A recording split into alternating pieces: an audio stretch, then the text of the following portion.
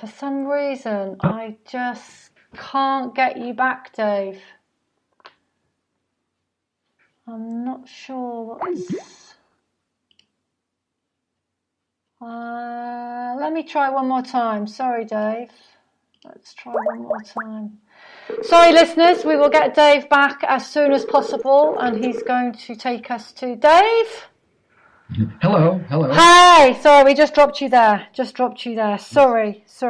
So we were talking about the third, what we can do on this third step now, where we've got the understanding, and we were talking about the bananas, but actually it wasn't really about the bananas. It was more to do with having a connection of things in the kitchen.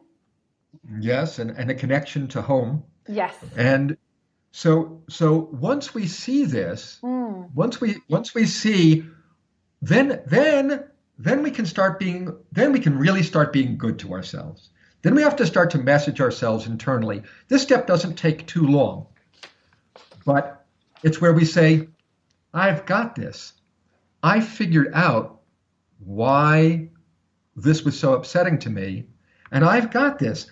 I've handled bigger problems in my life. I've survived bigger things. I'm in control of myself, and I'm in control of what my partner is going to hear.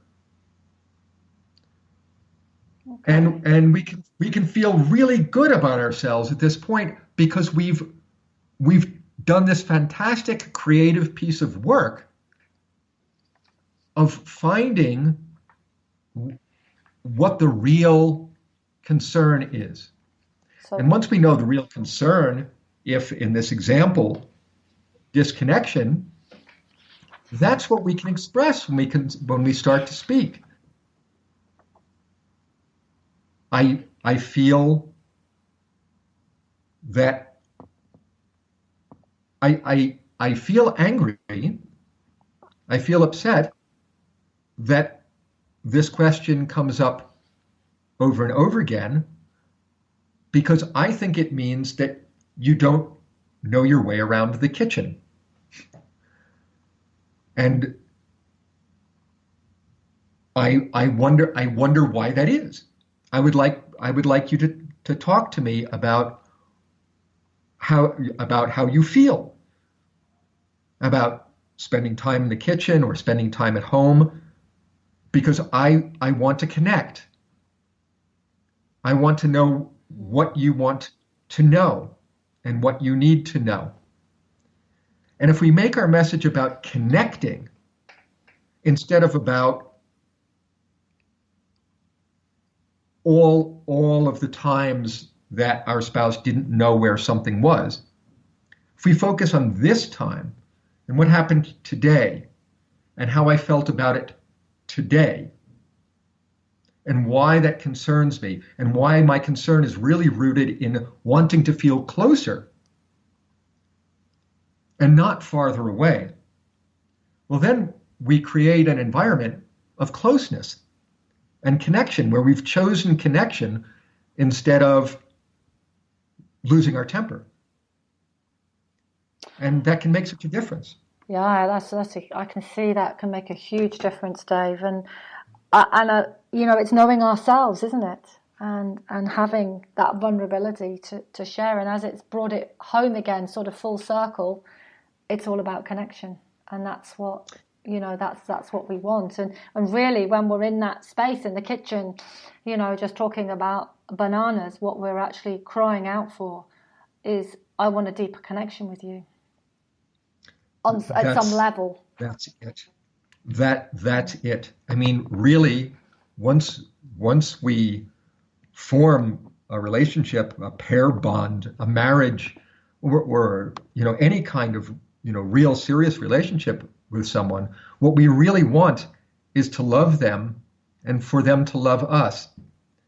And if we keep our eyes on that end point, if we focus constantly on that purpose, that is our purpose in this relationship and life, it has to change all of our communications and all of our interactions by making them about our love for the other person instead of about just the mechanical business of getting through life. Yeah, because it goes a lot deeper than that. And if we go back to the banana example, you know, it's you know the thing that would frustrate and angry us about, you should know where to put the bananas. If you love me, you'd know where I want the bananas, for goodness sakes, you know. But that's what's really going underneath all of that, isn't it? The true communication. Yes. Well, Yeah, that's the fear. yeah, Anger always has its roots in yeah, some fear. There's a fearful thought. My spouse doesn't know where the bananas are because my spouse doesn't care about our home life. yeah. Doesn't My care spouse enough to doesn't know. know Doesn't. this. Yeah. Yes, my spouse doesn't know this fact because my spouse is not involved enough, Mm, is not committed enough. And if yeah. my spouse is not committed enough, maybe love is gone. Yeah, so we And, definitely don't want and to this, address that, do we? We definitely don't want to no, address this is that. the terror. Mm, And this is the terror. And mm, what we really want to hear at that moment is not, where the bananas are or to talk about that. It's tell me it's really, you know, I'm upset that you don't know where the bananas are. And what I really want is for you to tell me that you love me. mm, mm, It sounds like a non sequitur, but mm. it's a real thing.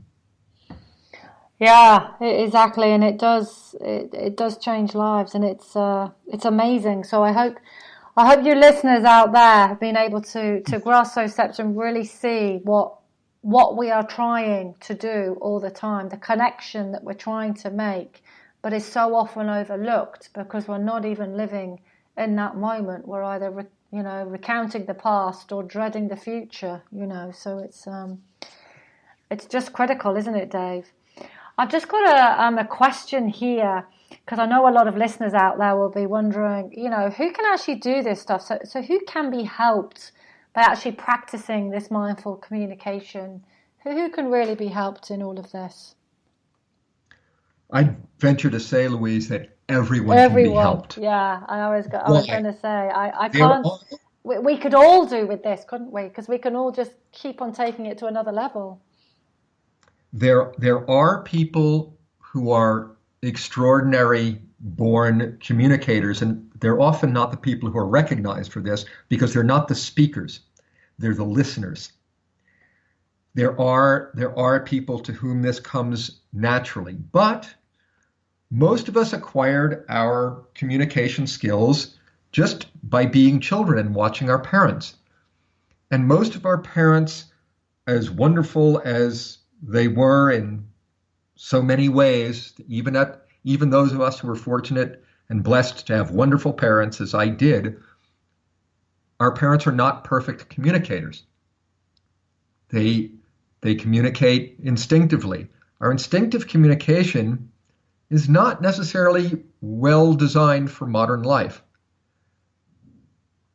Mm, But communication is a skill that can be learned. mm, There are steps to this. There are ways to do it. Um, I I have been a teacher most of my adult life. mm, It's something that can be taught because it's a skill. It's a learned technique and it's a learned skill to be able to express your thoughts so that someone else can hear them and to listen to someone else for understanding. So yes, I think that while there are people who are blessed with marvelous understanding hearts and communication ability, most of us, and I was certainly in this group, most of us can learn better communication skills. mm. And that's hugely inspiring and very hopeful because it's not something we can all do this. We can all do this. It's not just for a few special people or whatever. Every single one of us can adopt a better way of communicating. And, mindful communication is wonderful because it brings it all together, being in that live. And that's all we have is the now, isn't it, Dave? At the end of the day, we've got to live with what we've got now. The past is the past, and whatever thought we have in our mind isn't reality anyway. It's just it's our perception, isn't it? So when we talk about mindful communication, I think that really is the way ahead for all of us. And I shall certainly be using these tips in my life, Dave, and bringing these things, because I'm a lifelong learner, and I don't think I shall. The more I learn, the less I seem to know. I think, my goodness,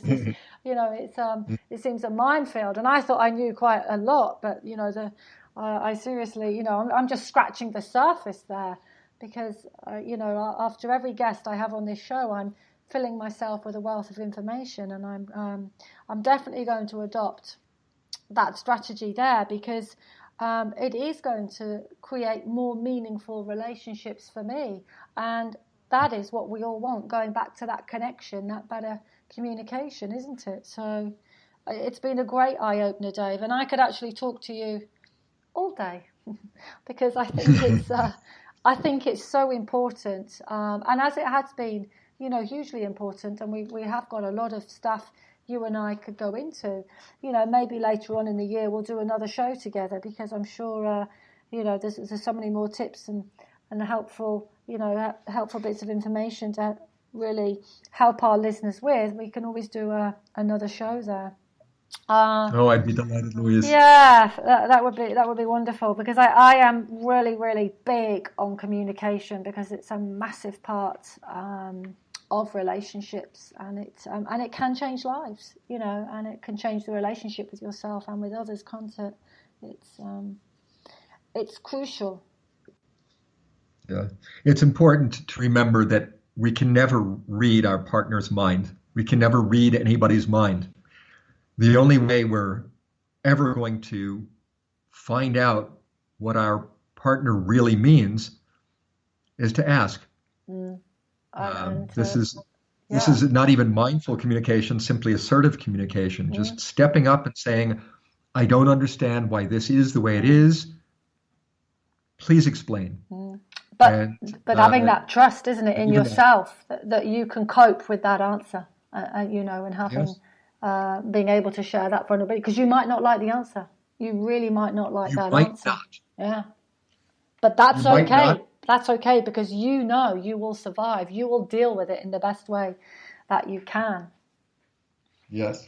Yeah. Yes. So that's the key, isn't it? Yes. You may not like the answer you get. You have to decide whether that answer can be changed over time or not.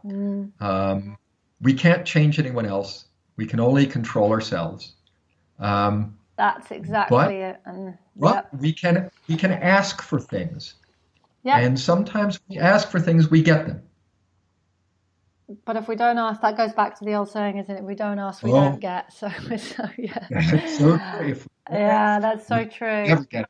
And on that note, Dave, if we don't ask, we don't get. Yep. Brilliant one. Yep.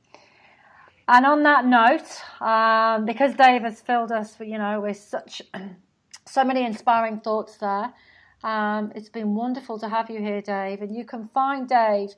He is on Facebook at David M. Edelstein. Did I say that correctly? Did I forget? David M. Edelstein, yes, with the punctuated period there on my middle initial, yes. Okay, David M. Edelstein. And then Better Than Before. And the before is BE with the number 4, Better Than Before. So you can look up Dave there on Facebook. You can find Dave on LinkedIn at David Edelstein World. So have a look at him there on LinkedIn. And really go and have a look and have a nose through on Dave's website on betterthanbefore.com. And that's better than, and the before is B, and then again the number 4.com.